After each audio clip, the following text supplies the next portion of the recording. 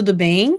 Meu nome é Mariane Nunes de Nadá e vou falar para vocês um pouquinho hoje sobre câncer de mama, prevenção, diagnóstico e algumas pinceladinhas sobre possibilidades de tratamento. É claro, estamos no momento do Outubro Rosa, é hora de conversar sobre isso, é hora de conscientizar todos nós, toda a população, sobre a importância de falar sobre esse tema. Vejam, a doença tem 95% de chance de cura se é diagnosticada na fase inicial. Se eu consigo perceber, diagnosticar, estabelecer um tratamento, a chance de cura com uma mulher com câncer de mama é muito grande. É por isso que a gente precisa falar sobre isso. É o tipo de tumor mais diagnosticado em mulheres, perdendo apenas para o câncer de pele na população em geral. Então, é um câncer com alta prevalência e é algo que a gente possa tratar com altas chances de cura. A gente sabe que existe uma previsão do INCA de 66.280 novos diagnósticos de câncer de mama no Brasil em 2022. Isso dá uma média de 43,74 casos para cada 100 mil mulheres. Esse número é alto, essas taxas são importantes e por isso é tão importante falar sobre isso. Existem fatores de risco para o câncer de mama, alguns deles são modificáveis e outros não. Vejam que interessante: sedentarismo, obesidade, alimentação pobre em nutrientes, utilização de álcool em excesso e exposição à radiação em altas doses são fatores de risco para câncer de mama que são modificáveis. Existem também fatores genéticos e estes, infelizmente, a gente não consegue modificar e reduzir se isso acontecer com um de nós. Em relação aos fatores comportamentais ou ambientais de risco para câncer de mama, vejam que obesidade e sobrepeso, principalmente na fase pós-menopausa, tem um peso muito importante para aumentar as chances dessa mulher de ter câncer de mama, ou seja, o risco dela ter um câncer de mama aumenta de acordo com esses critérios que podem ser facilmente modificáveis. A atividade física, mesmo que exista, mas se ela for insuficiente, ou seja, menos de 150 minutos por semana, ela pode ser um fator de risco para câncer de mama. O consumo de bebida alcoólica também deve ser evitado. E exposição frequente à radiação ionizante, seja em raio-x, tomografias ou mamografias, mas veja que interessante, não é a mamografia de rastreio, não é um raio-x eventual que a gente faça que vai aumentar o risco da gente ter câncer de mama. É principalmente para aquelas pessoas que trabalham em ambientes onde elas estão frequentemente expostas a estes raios ionizantes, como técnicos de raio-x, técnicos de aparelhos de mamografia, por exemplo, que devem sim se proteger, porque essa exposição prolongada pode ter efeitos deletérios. E para aquela pessoa que fez radioterapia, principalmente na região do tórax, esta exposição excessiva, realizada pela radioterapia, que obviamente foi necessária, pode ser também um outro fator de risco. Existem fatores de risco da vida reprodutiva, por exemplo, primeira menstruação muito cedo, o fato de nunca ter tido filhos, a primeira gravidez ser mais tardia, ou seja, após os 30 anos, e a menopausa acontecer mais tarde, próximo dos 55 anos ou mais, também são fatores de risco, porque eu tenho uma grande exposição à produção hormonal endógena, à produção hormonal própria da mulher, durante um período mais aumentado. O uso de contraceptivos hormonais, com estrogênio e progesterona, por muitos benefícios que tenham, podem sim aumentar um pouquinho o risco de câncer de mama, tal qual fazer reposição hormonal pós-menopausa por mais de 5 anos. Então, a gente sabe que esse risco existe do uso de hormônios exógenos, seja de contraceptivos, seja da terapia hormonal, porém existem inúmeros benefícios dessa utilização. Temos que saber que existe o risco, mas não nos apegar somente a isso para deixar de utilizar essas medicações. Existem fatores de riscos genéticos e estes a gente não consegue modificar. Então, histórico familiar de câncer de ovário, de mama ou dos dois na família, principalmente antes dos 50 anos, E câncer de mama em homens, em qualquer idade, são fatores de risco para câncer de mama. Lembrar que esses fatores de risco muitas vezes estão associados a alterações genéticas, como mutações dos genes BRCA1 e BRCA2, que estão associados a câncer de mama e ovário.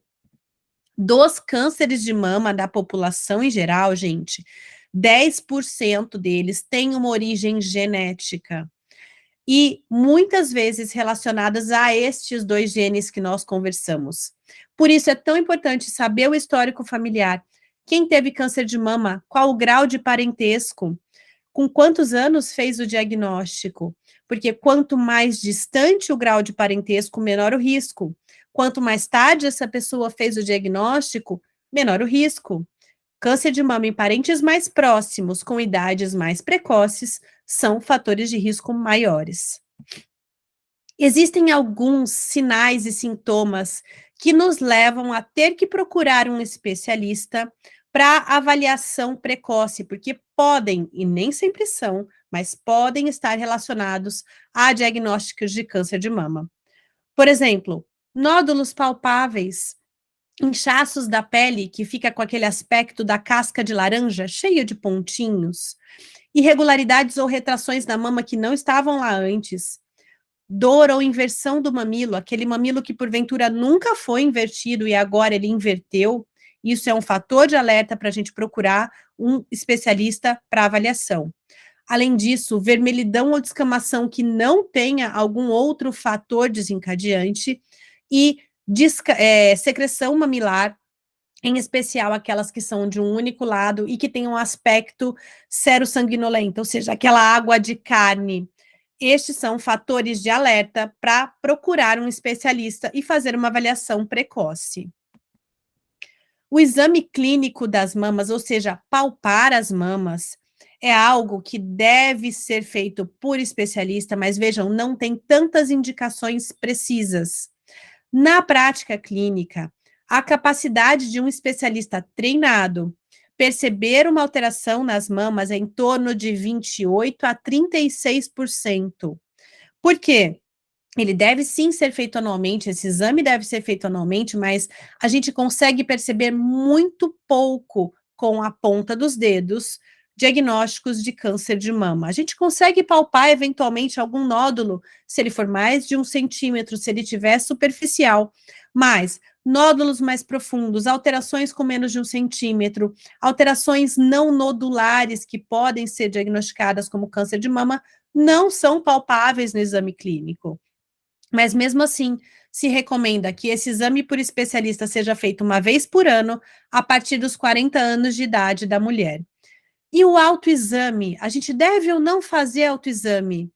O autoexame nos permite conhecer o próprio corpo e saber se apareceram algum daqueles fatores de alerta, como retração do mamilo, nódulo, vermelhidão. Então, mais importante do que saber como, que jeito e quando fazer o autoexame, é importante que a gente conheça nosso próprio corpo para, em havendo alguma modificação importante, que a gente possa buscar um especialista. E quando esse especialista vai encaminhar para um mastologista? Então, quando um ginecologista geral ou um médico de família vai encaminhar essa paciente para um mastologista?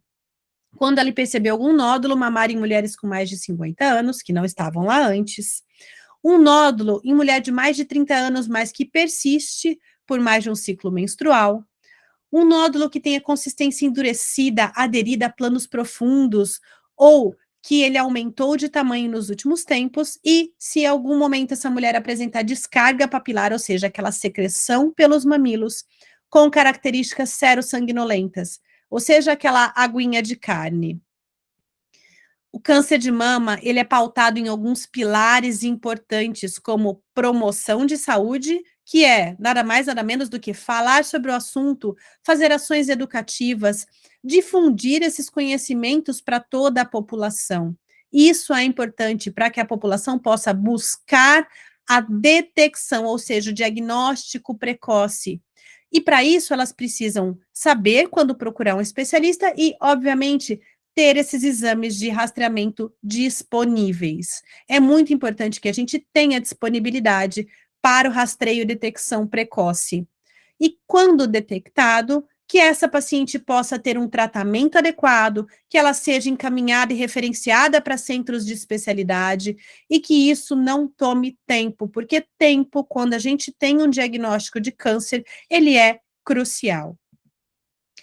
Hábitos de vida saudáveis, diagnóstico precoce e tratamento adequado, além da amamentação, são fatores de muita importância para diagnóstico, tratamento e sobrevida dessas mulheres. A amamentação protege, sim, contra câncer de mama. É muito importante que a gente oriente essas gestantes e puérperas que quanto mais tempo ela amamentar os seus bebês, mais proteção ela vai ter contra o câncer de mama. Então, além de ter benefícios para o bebê, benefícios óbvios e que todos sabem, existe o benefício também para a nutriz, existe o benefício para aquela mãe que amamenta. Ela está, sim, reduzindo os riscos de câncer de mama. O rastreamento adequado, ele deve estar disponível. Mas como é que ele é feito? Como a gente rastreia câncer de mama? Com mamografia. Mas mamografia para todo mundo? Não. Ele rastreia lesões não palpáveis, ele faz um rastreio que o exame das mãos, o exame clínico das mamas do especialista, muitas vezes não é capaz de diagnosticar. Quando eu devo fazer esse rastreamento? Vejam, existem guidelines que falam para fazer a partir dos 40 anos e outros a partir dos 50 anos, manter até 70 anos ou mais. Vejam que não adianta fazer mamografia, salvo raras exceções, em mulheres com menos de 40 anos. Primeiro, porque não é a faixa etária que costuma acontecer o câncer de mama. Segundo, porque esse exame perde potência de diagnóstico. Eu não consigo diagnosticar câncer de mama em mulheres que têm uma mama muito densa, em geral com menos de 40 anos. E de quanto em quanto tempo eu devo fazer esse exame? Vejam que interessante, o INCA, que é quem rege nossas normativas para câncer de mama no Brasil, nos diz que entre 40 e 49 anos eu devo realizar apenas o exame clínico das mamas com um especialista, palpação anual durante a rotina ginecológica ou com um médico de família. Entre 50 e 69 anos, eu devo fazer o exame clínico, claro, e a mamografia a cada 2 anos. E com mais de 35 anos, se ela tiver risco elevado para câncer de mama, aí sim, além do exame clínico, eu farei a mamografia anual. E quem são essas pacientes? Mulheres com risco elevado para câncer de mama, aquelas que eu devo rastrear a partir dos 35 anos. Aquelas que têm parente de primeiro grau com câncer de mama, de um lado só já serve, tá? Parente de primeiro grau com câncer de mama dos dois lados ou de ovário em qualquer idade. História familiar de câncer de mama em homens, eu sempre devo rastrear, essa mulher é de risco para câncer de mama. E diagnóstico, ela teve alguma lesão e fez um diagnóstico histológico, ou seja, por alguma biópsia, de lesões pré-neoplásicas ou neoplásicas. Essa mulher tem alto risco para câncer de mama. O INCA tem recomendações diferentes do que o Colégio Americano de Obstetrícia e Ginecologia. A gente pode seguir ambos, claro. Aqui no Brasil, o Ministério da Saúde segue as normativas do INCA. No ACOG, a orientação é exame clínico anual e mamografia a cada 2 anos a partir dos 40 e uma vez por ano a partir dos 50 anos. Quando eu devo parar de fazer mamografia? A partir dos 70 anos, se essa mulher tiver uma grande possibilidade de sobrevida, ou seja, é aquela mulher que ainda vai viver bastante, eu posso manter a rotina de mamografias. Agora, perto dos 70, 75, 79, existem divergências enormes quanto a quando parar o exame de mamografia. Então, o diagnóstico do câncer de mama ele é pautado em exame físico, da palpação, como nós dissemos, a mamografia, que é o padrão ouro para diagnóstico de câncer de mama. Em algumas situações de exceção, eu preciso lançar mão da ressonância magnética das mamas. Quando indicado, eu preciso ter uma biópsia, uma análise desse material, que pode ser feita por diversas metodologias. É claro que cada metodologia é indicada para um tipo de lesão suspeita. E, se necessário, realização de cirurgia e tratamentos adicionais. O tratamento do câncer de mama, em geral, é pautado em alguns pilares, não necessariamente de todos esses, mas Podemos lançar mão de quimioterapia, radioterapia, cirurgia quando indicado, hormonioterapia e terapia-alvo dirigida para diferentes tipos histológicos, graus e divergências quanto ao tratamento existem? Existem, mas nós temos inúmeros protocolos que regem para onde vamos no tratamento de acordo com o diagnóstico da paciente. E era isso que eu queria falar para vocês. Lembrar que o importante é a gente rastrear, fazer diagnóstico precoce, e para isso a gente precisa difundir esses conhecimentos e falar sobre isso. Por isso é tão importante que toda a população tenha acesso a essas informações. Muito obrigada.